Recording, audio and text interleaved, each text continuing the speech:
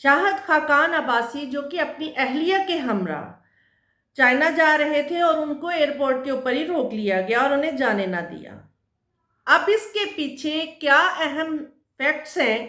वो मैं आपके सामने रखना चाहूँगी। एक तो शाहिद खाकान अब्बासी जो कि PMLN के बहुत अहम ओहदों के ऊपर फाइज रहे हैं। दूसरा, वो फॉर्मर प्राइम मिनिस्टर भी रहे हैं। तीसरी अहम बात कि बहुत सारे ऐसे नून लीग के काम जो कि उनके हाथों से गुजरते रहे हैं।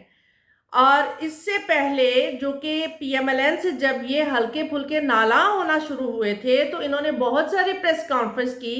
और उसमें कुछ गुम में करप्शन केसेस जो हैं वो थोड़े थोड़े एक्सपोज करने शुरू किए थे, जिसकी वजह से पार्टी के अहम रहनुमा और हमारे former prime minister Nawaz Sharif साहब भी बहुत ज़्यादा इस बात पे बरहम हुए। अब इसके पीछे लॉजिक्स क्या है और उन्हें क्यों रोका गया कि डेफिनेट बहुत सारे ऐसे PMLN के काम जो कि उनके हाथों से होके गुजरे हैं और बहुत सारी ऐसी करप्शन की दास्तानें जो कि उनको मालूम थी। अब खौफ इस बात के ऊपर है कि नवाज शरीफ साहब जो कि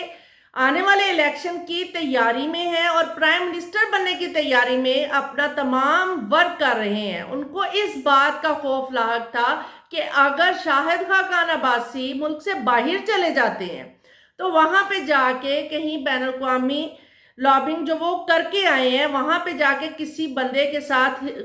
कोई मुज़ाकरात करके कोई अहम चीज़ें एक्सपोज करके या कोई ऐसी शुहारत मंजर आम पे ना ले आए या मीडिया के ऊपर ना ले आए जिससे उनकी साख खराब हो जाए और उनका प्राइम मिनिस्टर बनने का ख्वाब चकनाचूर ना हो जाए।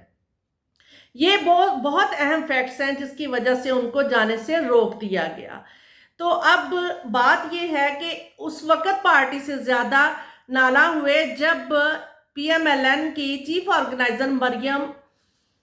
नवाज जो हैं उनको लगाया गया था, क्योंकि उनका ये कहना था कि पार्टी में ये ख़ानदानी पॉलिटिक्स ही होती रहेगी, पार्टी में और बहुत अहम रहनुमा और बहुत सीनियर रहनुमा मौजूद थे, उनको भी तो चीफ ऑर्गेनाइजर लगाया जा सकता था, क्या अहम ओहदे सिर्फ ख़ानदानों में ही बांटने हैं। ये बात उनकी कहीं किसी हद तक दुरुस्त भी थी कि जमहूरियत इसी चीज़ का नाम है कि तमाम जो लोग हैं और आम आदमी जो है कॉमन पीपल वो भी पार्टी के अहम ओहदों के ऊपर फाइज हो। वो वर्कर्स जो कि बहुत अरसा दराज अपनी जवानी दे चुके हैं, एक उम्र का हिस्सा दे चुके हैं, वो लोग उनका भी हक बनता है कि वो पार्टी के अहम ओहदों के ऊपर आए।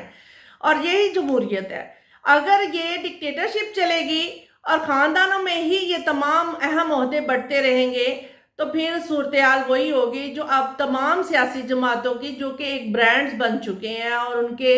ब्रांड्स ही कहूँगी, क्योंकि ये सियासी जमाती और जमहूरियत की रवायत नहीं है जो रवायत कायम की जा रही है। इन तमाम चीज़ों को देखते हुए बस ये अहम फैक्ट्स हैं जिनकी वजह से PMLN को खौफ लाहक था कि कहीं किसी भी तरह वो बुरी तरह एक्सपोज ना हो जाए। पहले ही उनकी